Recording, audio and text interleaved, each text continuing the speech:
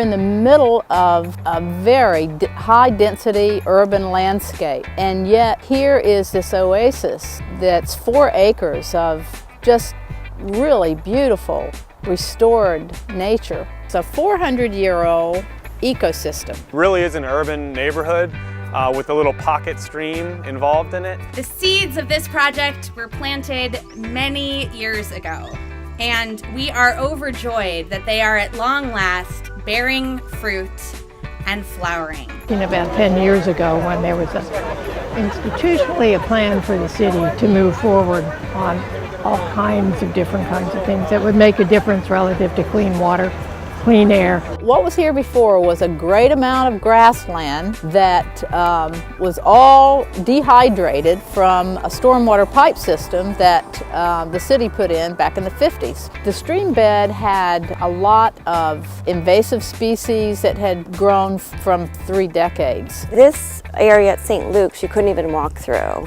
People really didn't have access to the water here, and now we have this beautiful shoreline where people can come and enjoy the water. What existed there before was a wetland that was a dead ecosystem. Therefore, there was nothing there but mosquitoes. I mean, the worst mosquito population you have ever visited. Yeah, I've lived here since 1999. We always have a lot of runoff. All the stormwater from the buildings on either side drain directly into the creek. What we've done with this project is take some hot, polluted, nasty stormwater out of a storm drain network and return that to crystal clear, clean, groundwater-fed spring heads. Our mission is to develop citizen leaders to promote community action for clean waters.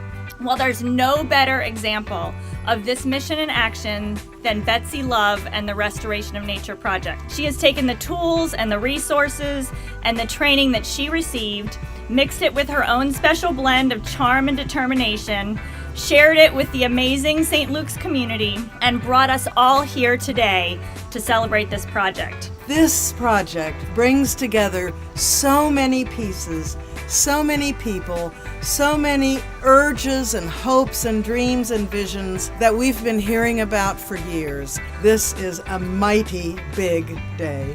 This project is remarkable not only in that it is one of the first real stream daylighting projects, but then add to that it's fully connected to Tidewater, Back Creek here, all the way up into the landscape that you see behind you. It was very interesting because we were in such a tight quarters. We had people, we had residents, 100 feet away from us at all times while we're moving 50 loads of dirt in one day.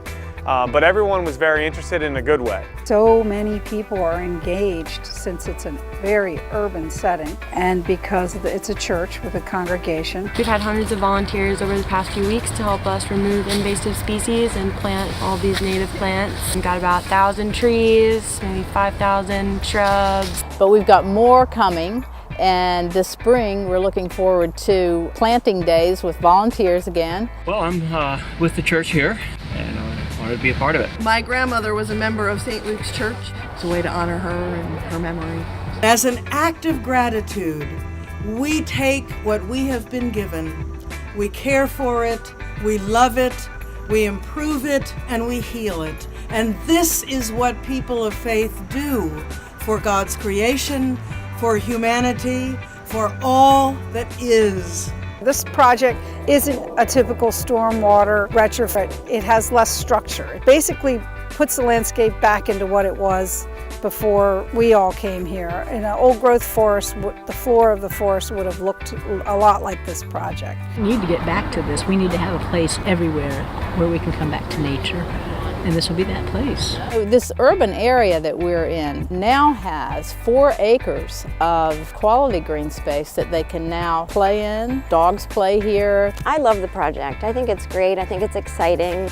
So it's bringing this neighborhood back to the way it used to look years and years ago, and that makes me happy.